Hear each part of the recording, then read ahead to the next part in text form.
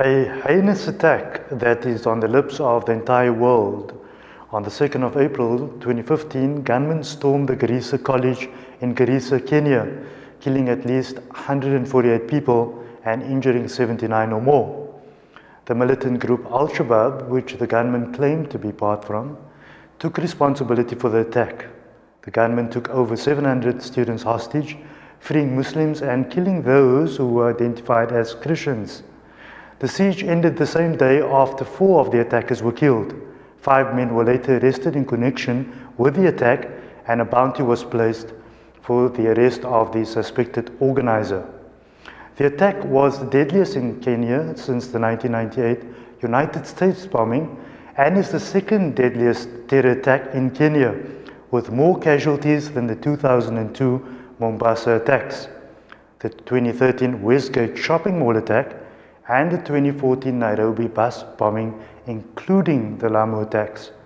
Now, a group of people in Cape Town have decided to try their best to make it known that these acts bear no injunction to the religion, or rather to any religion, and Islam in particular, and they have set out to inform the public that these acts cannot be perpetrated in the name of Islam.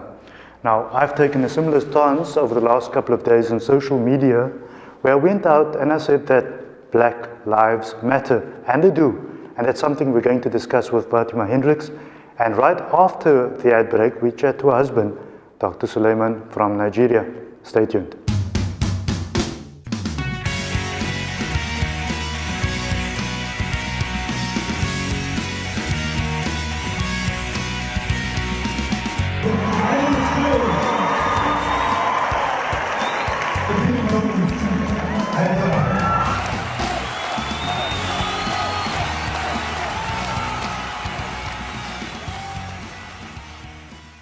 Fatima, welcome to the show. Thank you so much. Assalamu alaikum. Now, these issues happening in the world, we see them coming up every couple of days now. Some are calling them terrorism, and some are calling them groups, like I heard this morning. Some are calling them militants. There are all kinds of issues happening, but in particular, in the last couple of days, we saw the Kenya University Garissa matter that happened, 148 people dead. It's unthinkable. I've put out some things on social media talking about Black Lives Matter. The lives of children matter, the lives of girls matter. And I know that you have some protests coming up talking about this. Tell us a bit about that. Well, it's really something that is mind-blowing, where you have these incredible events, larger-than-life events, where people walk into schools and kidnap girls, blowing up people, killing people. I mean, it's really unthinkable, and it really goes to the heart of the average Muslim, the average citizen, the average human being, really. And it's not even about a voice around a group of organizations getting together. It's just ordinary Muslims, ordinary human beings saying it's not going to be in our name. We have a placard demonstration that's going to be happening outside St. George's Cathedral. It's going to be on Wednesday, that's tomorrow, around lunchtime. And it's really saying that whatever's happening in our name, by these terrorist groups or insurgents or whatever people call themselves, can't be in our name. When you say in our name, you're referring to Muslims and Islam in particular? Yes, definitely. I mean, as a mother, as a student myself, I just really shudder at the thought of, for example, my child even being at a university and, being exposed to this kind of extreme violence. It's at the heart of what makes us human being, the protection of life, the valuing of human life. One really can't say that, Islam perpetuates this kind of violence. No religion could, possibly perpetuate or, endorse this kind of extreme violence. It's absolutely unthinkable. And so it's not even a group of organizations that have come together, it's everyday citizens. Because the bottom line is that we're each witnesses to our Creator. We're each vicegerents on earth, and we really need to stand up. There's we all want to aspire to prophetic moves in our lives, And one of the most prophetic moves is that if you dislike something, speak out, act against it. If you can't, speak out against it. If you can't do that, then hate it or dislike it in your heart. And so, the mere act of just standing and saying, we cry with you, Kenya, we cry with you, Nigeria, is a very, very small, yet I think significant step in just feeling our Africanness and our fellow humanness with those that are really suffering. Do you believe that part of what has prompted you to run the protest is the fact that, unfortunately, around the world we see lots of things happening? We see the Pakistan matter recently in the schools, the massacre there. We see issues like German wings that's gone down. And we see lots of other issues happening in American schools, and there was Charlie Hebdo. And these are all people losing their life without any disrespect to them. Was one of the things that led you to run the campaign the fact that there's so much world focus and attention on those, and rightly so, but not so much on the Garissa attack in Kenya? Oh, 100%. I mean, something that immediately springs to mind is on the 14th of April this year. 2015 will be the 1-year anniversary of all those girls that went missing in Nigeria, in Chibok. I don't know if people even remember that. There was this whole campaign which was about bring back our girls. I mean, imagine that, gunmen walking into a school. Imagine that's your daughter's school, walking into a school, kidnapping those girls, selling them off as slaves. Some are reportedly now pregnant, have had children, etc. It's 1 year on. I mean, what happened to that? What happened to the Bring Back Our Girls campaign? What happened to those voices? Can you imagine 260 or 70 American girls or British girls going missing? The bottom line is African lives matter. And as Muslims, I think, and as human beings, we really need to, vocalize that this sense of equity. A life is a life, whether it's a black life, a white life, an African life, or an American life. A life is a life, and that is the responsibility that we have. Do you think that, I know this might be a difficult question, and I know you don't want to point fingers at anyone at this stage, but we need to be subjective to be objective, and we need to find out exactly what's happening within ourselves, for starters. Do you feel that as people, in general, that when something happens to a white life, there's an importance and there's a media coverage about this, and when something happens to a black life, the fact that there's not so much coverage on that, and media all around the world is responsible for that? But do you believe that talks about an innate level of racism built inside? Do you believe that? And if you do, what's the solution to that? Because I'll tell you up front, I believe that's going on. Well, that's a very loaded question. I think there's many doctoral theses that have been written on that. Look, the bottom line is, let's look at what's happened. I mean, I remember back last year in terms of how long it actually took the media to respond. Do you remember it was about 2 or 3 weeks? I mean, the girls went missing. Correct. And then there was this whole campaign that had to happen for news coverage to go global, to say, these girls have gone missing, we need to do something. So the lag was so significant, and I mean, that speaks for itself. The other thing is that our reality is that we live in an unequal world. That inequity is whether it's by color, whether it's by class, but whether it's, the Gini coefficient talks in and of itself. I mean, people living in abject poverty and extreme wealth. We find that in our country here, we find that, all over the world. So many would say that is the root cause of why we have the trouble that we have. And I mean, the beauty of Islam is that if Islam is really, in its essence, given a chance to thrive and to really make meaningful changes in society, is to level the playing fields. So that there's a just, equitable society where the have-nots are taken care of in an equitable way, where there's justice, true justice and equity.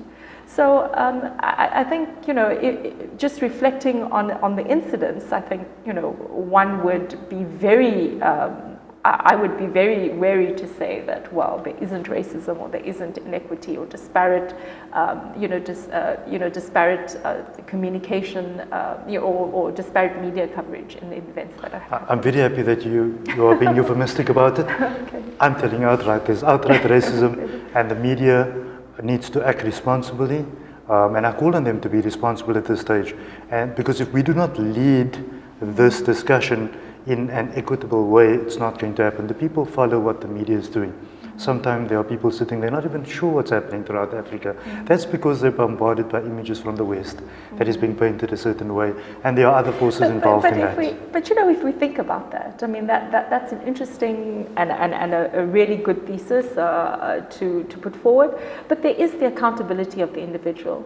And I think therein lies the challenge, because Correct. one could be, you know, where are the individuals? Where are us, you know, the ordinary citizens that hold media to account, that hold people to account and say, you're not covering this event, you know, or this kind, we're not hearing the true story, we're not hearing the full picture. The role of the individual and the role of civil society in this discussion is absolutely critical.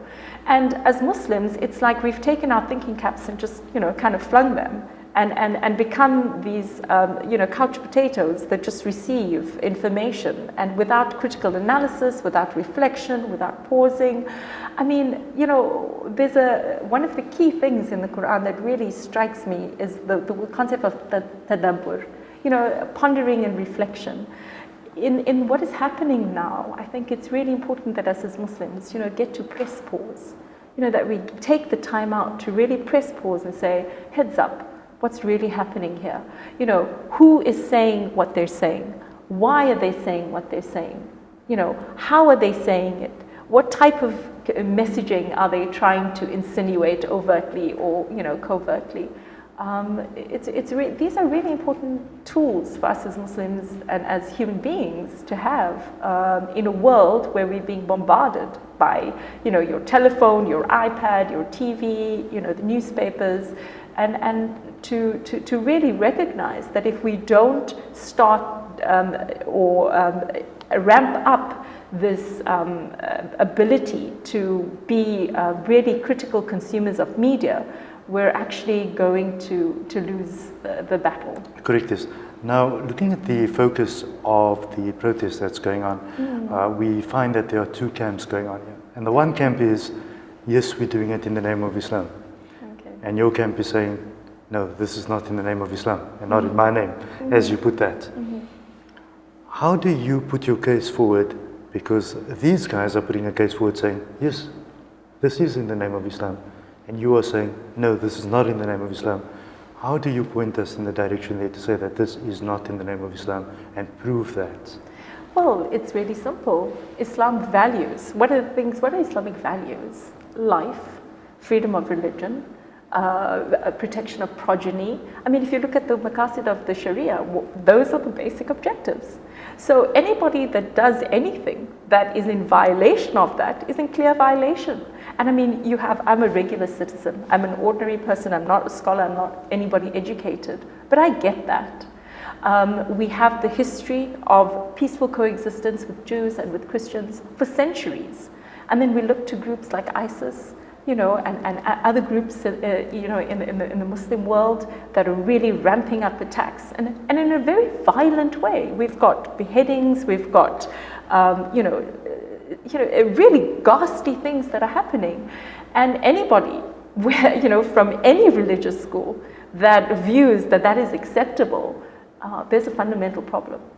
There is a fundamental. So this is really not even, you know, through an Islamic lens. This is from a human, you know, a human religious lens. Whether you're looking at it through a lens of Christianity or Judaism or whatever religion, how could that possibly be anything? You know, how could that possibly be God conscious? How could that be what you know God wants or God calls the human being to? You know, if we look at what Allah wants us to do is our best selves. You know, it's always about fighting your nafs. What is the greater jihad? The greater jihad and the battle, when you're combated and you need to fight, that is the lesser jihad. What is the greater jihad described as? The greater jihad described as fighting your nafs. You know, struggling and striving to improve yourself, to improve the lives of your family, to improve the lives of the community. That's the greater jihad. So, you know, the essence is really, you know, I suppose encapsulated in a bundle of ignorance. which I, am guilty of, and I think, we share this renewed need for tajdeed of iman, for renewed need for reformation of ourselves, for connectivity with the Book of Allah and the prophetic sunnah of Muhammad sallallahu alaihi wasallam. Fatima, we know that the problem is on our hands. It's taken hold of the world at the moment. It's crept into Cape Town already. We find this issue with this one particular girl that's supposedly have gone off to ISIS. I'm not sure what the story is surrounding all of that. But in the end of the day, I think that we can lament about the problems and yes, take steps like you are with your protest to make sure that that visibility of the other side is there. What do you think might be the greatest solution to solving the problem? I understand that this is a difficult question from the point of view that there are governments involved, there are big organizations involved, there's economic matters involved, there's everything involved. There are forces maybe that we don't know about, call it conspiracy or not, that are involved. But on an average layman level, what is it that people can do to stop what we see happening? Look, the thing is, it's really about acting locally.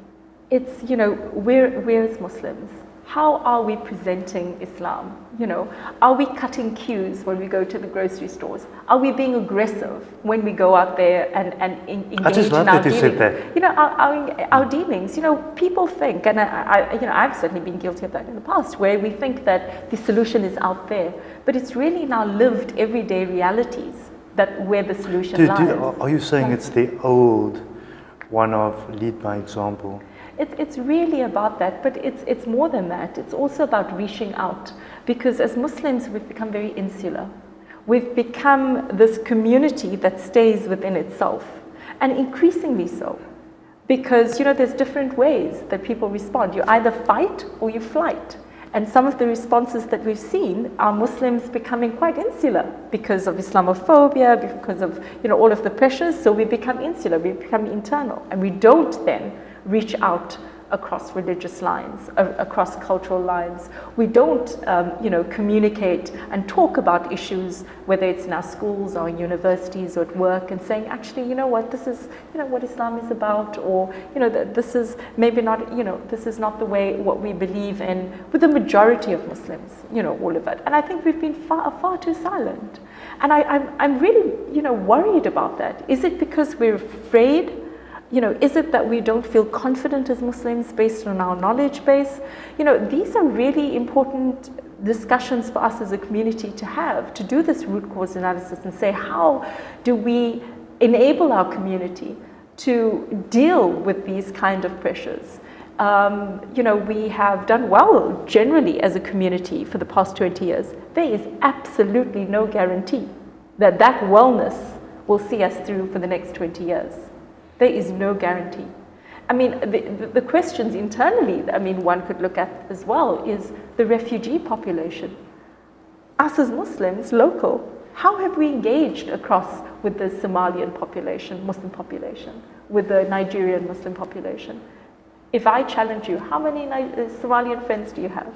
Or how many Nigerian friends, and not just you, but generally. Correct. Or how many Muhammads or Fatimas do you know in Guguletu or Kailicha? Yes.